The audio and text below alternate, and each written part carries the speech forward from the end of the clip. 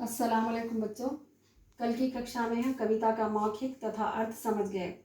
अब आज की कक्षा में इस कविता का हम पुनर्कथन करेंगे। सभी लोग कौन सी कविता है? बरसते बादल कविता के कवि कौन हैं? सुमित्रानंद पंत जी हैं। इस कविता का हम पुनर्कथन करेंगे। सभी लोग सावन का बार बार आना पसंद करते हैं क्योंकि सावन मास में वातावरण बहुत सुहाना होता है। सावन मास यानी सावन का महीना बहुत सुहाना होता है, मन भावना होता है। वर्षा की बूंदें धरती का रूप बदलती हैं। वर्षा की बूंदें धरती का रूप बदलती हैं यानी धरती एकदम सुंदर दिखाई देती है। धरती का रूप यानी धरती पर हर जगह हरियाली छाई हुई रहती है। जहाँ देखो वहाँ हरियाली दिखाई देती है। वर्षा की बूंदों से धरती के सब लोग पुलकित हो उठते हैं। पुलकित होना ने बहुत ज़्यादा खुश होना, आनंदित हो उठते हैं।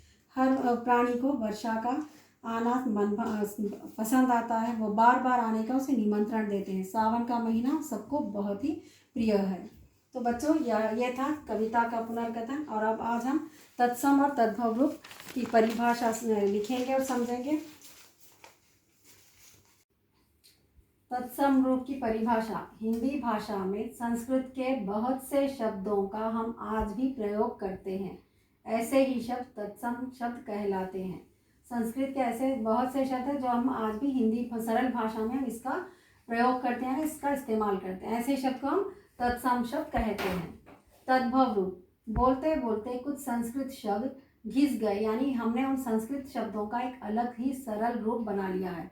जो संस्कृत शब्द है उसे हम बार बार इस्तेमाल करते हैं, बोलचाल की भाषा में हम उसका प्रयोग करते करते उन्हें एक अलग ही सरल रूप बना लिया गया उन शब्दों का। और हम सामान्य बोलचाल की भाषा में उसे उपयोग करते हैं। सामान्य एक कॉमन नॉर्मल बोलचाल की भाषा में हम संस्कृत शब्दों का इस्तेमाल करते हैं, उपयोग करते हैं। ऐसे शब्दों को हम तद्भव शब्द कहते हैं। क्या समझे बच्चों? उदाहरण स्वरूप क्या? अग्नि, आग। अग्नि क्या है? संस्कृत शब्द है। आग एक सरल भाषा है, सरल शब्द है। और स्वप्न संस्कृत शब्द है, सपना सरल है तो हिंदी में। तो इसी प्रकार के आप और 5 उदाहरण लिखकर आप गृह कार्य में लिखेंगे।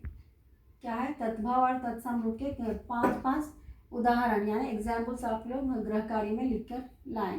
तो बच्चों तत्सम और तद्भव रूप की परिभाषा और उसके उदाहरण हो गए। अब हम संधि विच्छेद की परिभाषा समझेंगे और लिखेंगे। संधि विच्छेद।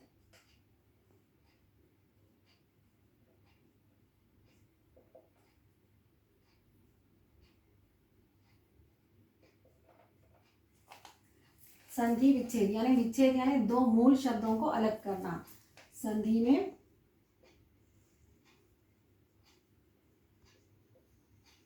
पदों को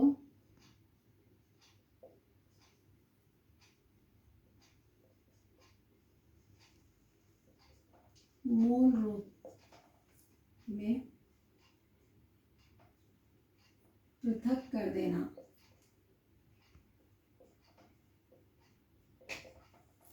संधि विच्छेद है।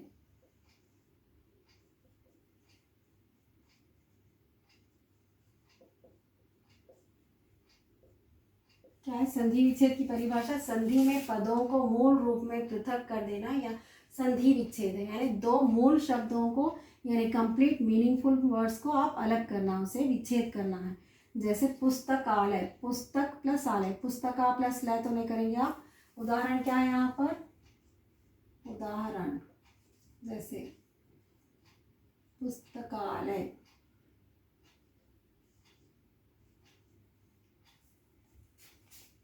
इसका विच्छेद कैसे करेंगे आप? पुस्तक प्लस आलय।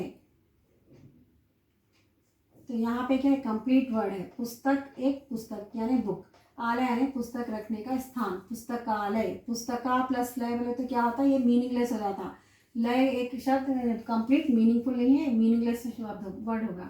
तो इसीलिए दो कंप्लीट यानी मीनिंगफुल वर्ड्स को हम अलग करना, उसे विच्छेद करना है। तो इसे हम संधि कहते हैं। जैसे और एक उदाहरण क्या है? धनादेश। क्या है? धनादेश, धनादेश। धन प्लस आदेश, क्या कैसे करेंगे? धन प्लस आदेश। और एक क्या? स्वाधीन, स्वाधीन।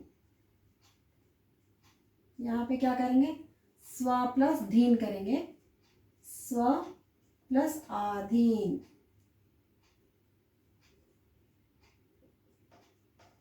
संधि विच्छेद की परिभाषा समझ गए ना आप। इसके उदाहरण इस तरह है, आप गृह कार्य में, और 5-5 उदाहरण आप अपनी ओर से लिखेंगे गृह कार्य में। आज की कक्षा यहीं समाप्त होती है। धन्यवाद।